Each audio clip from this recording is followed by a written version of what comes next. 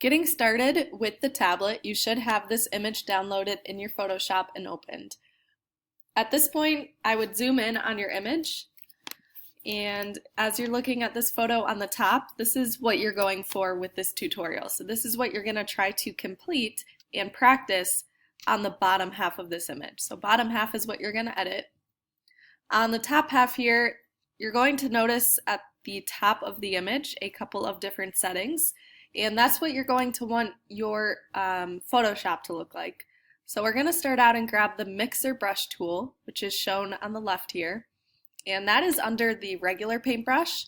If you click and hold that down, you'll see all the way at the bottom the mixer brush tool. So click on that. And then just going from left to right at the top of the screen, you need to change your color to white. So it might automatically be set as default to black. So down in your color here, just double click, change your color to white, hit OK.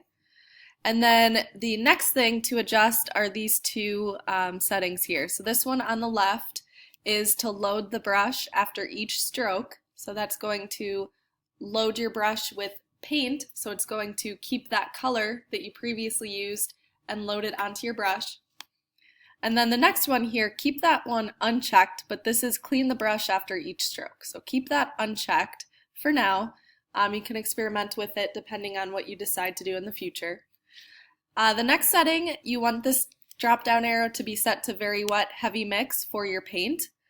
But these are just some other ways that you can mix your paintbrush. So you can have maybe just a little bit of water, which means that it's not going to brush as much paint or make it look as smooth or fluid.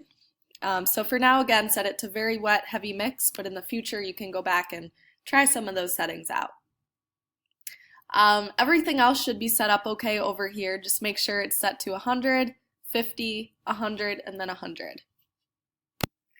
Make sure that you select the button at the top that says Sample All Layers, so there should be a check through that. If you don't check that off as you are drawing and starting to brush the background here, when you're on this new layer, you'll notice that it's white. So it's taking that white clean background and using that. So what you want to do is have that button selected so it's sampling your background layer while you're on the top layer, and it's using that color on the table. The next step is to choose a paintbrush to use. So I'm going to go over to my brushes. It doesn't really matter which one you decide to go with, so I'm just going to click on one here to use for now. I would change the size to around 20 depending on your brush. So this one might work out okay around 30. And then I'm going to add a new layer. So I'm going to click here and add my new layer. So that's very important to have a new layer. Otherwise it's going to throw everything off in the future. So add that new layer to your background. Now on this new layer, I'm going to start by painting around my image, and I'm making sure that I'm zoomed out enough that I can see this image on the top just to see kind of the end result that you're going for, what you should be practicing with. So using my tablet, I'm going to start out and just choose an area to begin. And I'm going to go over it trying to follow the contour. So I'm trying to follow that curve of the mug here. And I'm just painting kind of back and forth to bring in some of the color, some of the value there, and creating some brush strokes. So it's pretty thick, pretty clunky brush strokes, which is what you're going for. So I'm going to paint around the edge here. Make sure that you're not doing something like this, just shading really quickly up and down. You should be going for something more like this, where you're following the direction of those brush strokes. So keep painting around here. Try to keep some of those value changes. So you want to make sure that this is still pretty dark at the bottom of the cup, and then you have that highlight in here. So as you're painting, you'll notice that it picks up the color that you were already working with and just kind of moves that around. So again, make sure that you're going over those darker areas, lighter areas, to keep that value change. So I'm going to just keep going around here, following that curve, following the curve of the plate. I'm going to try and just brush out that spoon so you can see in this image up here. You can't really see much of the spoon in the photo just by the way that it was painted, so just minimizing some of that detail, so it should almost look like an impressionist painting, if you're familiar with those, where you can see those really heavy, thick brush strokes throughout.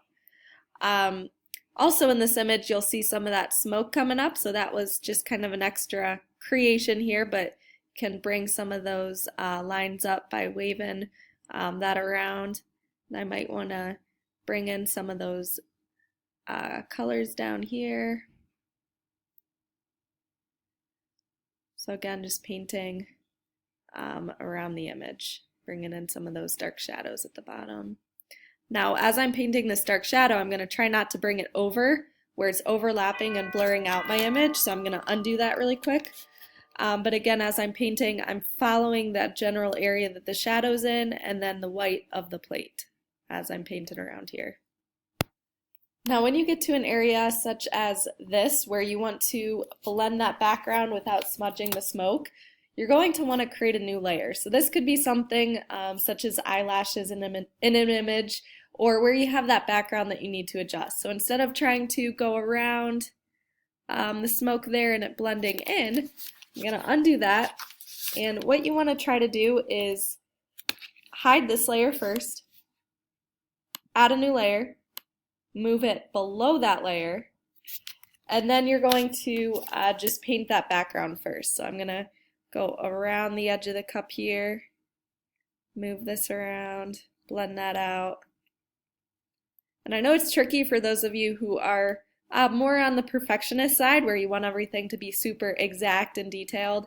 But again, for this project, you really want to make sure that you're blending things out so you can see the brush strokes. So you don't want it to look just like a photo. You want to make sure it's obvious that you're painting it and giving it that little bit of an effect there.